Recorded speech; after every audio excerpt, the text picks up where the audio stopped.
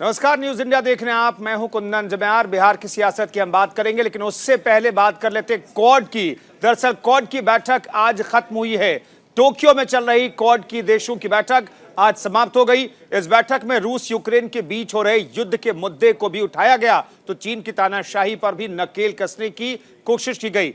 Japan, Australia, Bharat और America ने द्विपक्षीय मुलाकातों में इन मुद्दों पर मंथन किया। क्वाड देशों की बैठक खत्म। दुनिया को अहम संदेश। रूस यूक्रेन युद्ध पर चिंतन। चीन को दादागिरी पर नकेल। टोक्यो में भारत, ऑस्ट्रेलिया, जापान और अमेरिका की बैठक में रूस यूक्रेन का मुद्दा खास तौर पर छाया रहा। अमेरिका और जापान दोनों देशों ने इस मुद्दे को गंभीरता से लिया।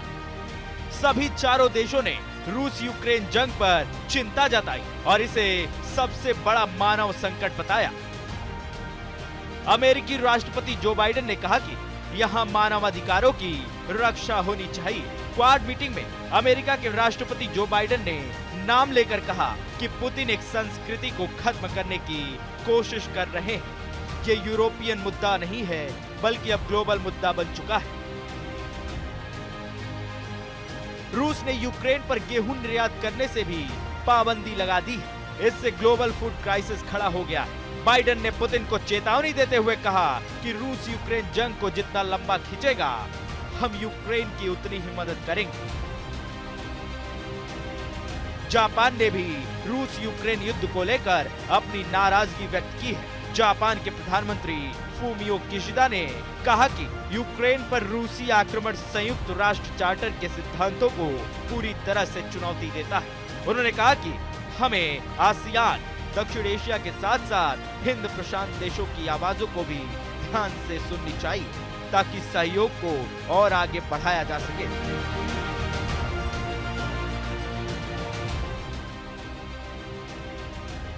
रूस यूक्रेन के अलावा जिस दूसरे मुद्दे पर सबसे ज्यादा वार्ता हुई है, वो है इंडो पैसिफिक क्षेत्र में शांति। क्वाड की बैठक में सभी देशों ने हिंद प्रशांत क्षेत्रों में शांति स्थापित करने के लिए दृढ़ संकल्प लिया है।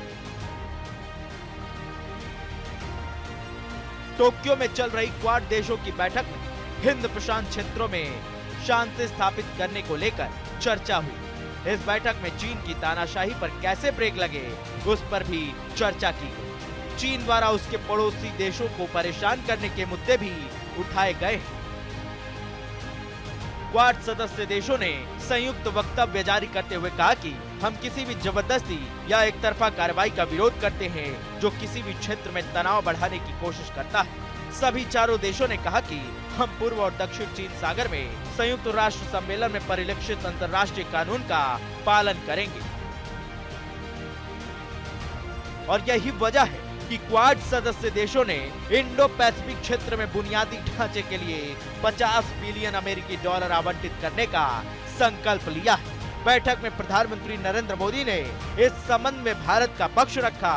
उन्होंने कहा कि क्वाड के स्तर पर हमारे आपसी सहयोग से मुक्त और समावेशी इंडो पैसिफिक क्षेत्र को प्रोत्साहन मिल रहा है। क्वाड मीटिंग के आखिरी दौर में चारों सदस्य देशों के बीच द्विपक्षीय वार्ता हुई। क्वाड की बैठक में प्रधानमंत्री नरेंद्र मोदी और ऑस्ट्रेलिया के नए प्रधानमंत्री एंथनी अल्बानीज ने हिंद प्रशांत क्षेत्र, व्यापार, ऊर्जा और आर्थिक सहयोग जैसे मुद्दों पर चर्चा की। तो अमेरिकी राष्ट्रपति जो बाइडेन और भारतीय प्रधानमंत्री नरेंद्र मोदी के बीच द्विपक्षीय वार्ता में दुनिया में अमन के लिए भारत अमेरिका की दोस्ती को अहम बताया गया।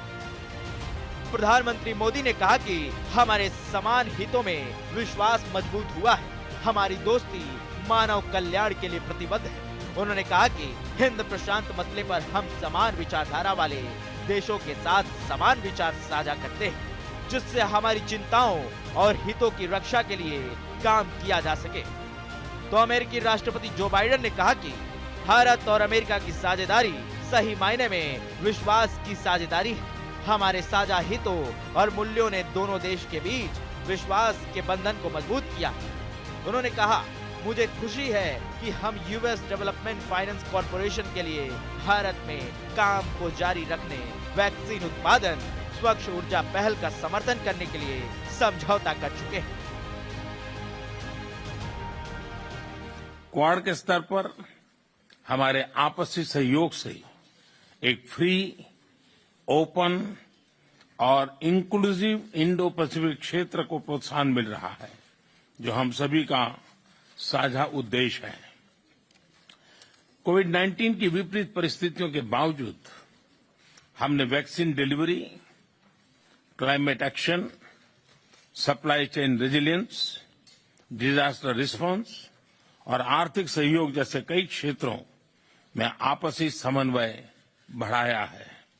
इससे क्वाड की छवि एक फोर्स फॉर गुड के रूप में और भी सुदृढ़ होती जाएगी। क्वाड की बैठक में पीएम मोदी ने कोरोना काल में दुनिया के 100 से अधिक देशों को वैक्सीन भेजने का जिक्र किया और इस दौर में भारतीय प्रयासों के लिए अमेरिकी राष्ट्रपति जो बाइडेन ने प्रधानमंत्री मोदी की भरपूर प्रशंसा भी की। कोरोना को लेकर प्रधानमंत्री मोदी ने कहा कि कोरोना महामारी से निपटने और जलवायु संकट को दूर करने के लिए हमें आगे काम करना होगा। तो बाइडेन ने कहा कि इंडो पैसिफिक में अमेरिका एक मजबूत, स्थिर और स्थायी साझेदार होगा। आपको बता दें कि क्वाड शिखर सम्मेलन ऐसे समय में हुआ जब दक्षिण चीन सागर समेत कई और क्षेत्रों में चीन अपनी सैन्य गतिविधियों को बढ़ा रहा है और इस बैठक में सभी देशों ने इस पर सहमति जताई कि इस क्षेत्र में शांति यथास्थिति बना रहना चाहिए। जाहिर है चीन के लिए ये कड़ा संदेश है। Bureau report, news India. और आइए अब आपको बताते हैं दक्षिण चीन सागर का विवाद दरअसल है क्या, इसे लेकर चीन क्यों दादागिरी दिखा रहा है और पूरे मामले में अमेरिका को भी आखिर क्यों कूदना पड़ रहा है।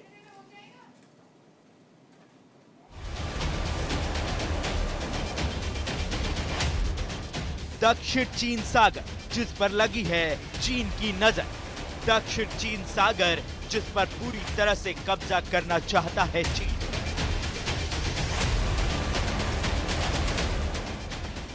दक्षिण चीन सागर जिसके जरिए समुद्री व्यापार के क्षेत्र में दादागिरी दिखाना चाहता है चीन। जी हां, ये दक्षिण चीन सागर है जो कि सिंगापुर से लेकर ताइवान की खाड़ी तक करीब 3.5 मिलियन वर्ग किलोमीटर में फैला है।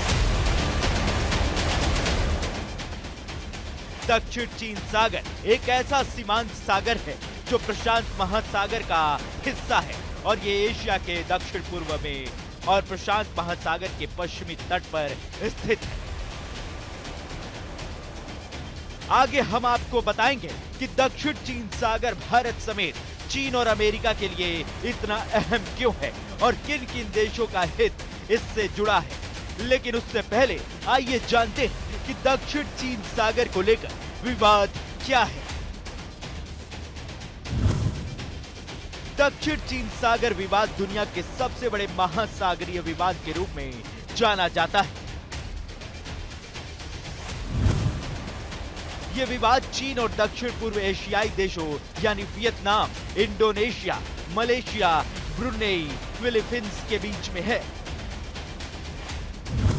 ये सभी देश दक्षिण चीन सागर के अलग अलग क्षेत्रों और यहाँ के द्वीपों पर अधिकार को लेकर सजग है।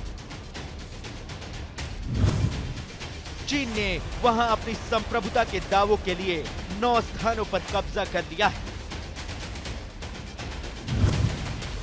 चीन का तर्क है कि पिछले 2000 साल से दक्षिण चीन सागर के पार से और स्प्रेटली द्वीप सहित सभी द्वीप पर उसका भाग है। वहीं वियतनाम का कहना है कि चीन ने 1940 के दशक तक कभी इस क्षेत्र पर संप्रभुता का दावा पेश नहीं किया था। पारासे और स्प्रेटली हमारा है।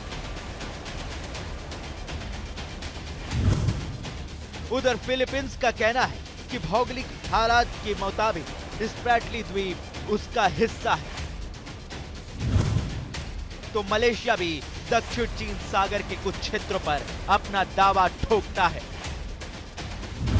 वहीं ताइवान और ब्रुनेई भी दक्षिण चीन सागर के कुछ हिस्सों पर अधिकार चाहता है। दक्षिण चीन सागर में चीन ने धीरे धीरे करके कई छोटे छोटे द्वीपों पर सैनिक अड्डे भी बना लिए, जिसके बाद चीन इस स्थानों पर अपना दावा ठोक रहा है। अब आइए इसकी अहमियत के बारे में आपको बताते हैं। दरअसल दक्षिण चीन सागर प्रशांत महासागर और हिंद महासागर के बीच स्थित बेहद अहम कारोबारी इलाका भी है। ये क्षेत्र संसाधन से भरा पूरा है, जो दक्षिण पूर्व एशिया के देशों के लिए काफी अहम है। ऐसा माना जाता है कि इसके नीचे विशाल तेल और गैस का भंडार है। ये क्षेत्र ऐसा है जहां से हर साल $5 ट्रिलियन मूल्य का अंतरराष्ट्रीय व्यापार होता है। चीन का करीब 80% ऊर्जा आयात और चीन का कुल व्यापार का करीब 39.5% भाग दक्षिण चीन सागर से होकर गुजरता है। यही वजह है कि चीन दक्षिण चीन सागर को अपने हित में देखता है और पूरे क्षेत्र में ताकत की धौंस दिखाकर इस पर कब्जा करने की रणनीति बनाता रहता है।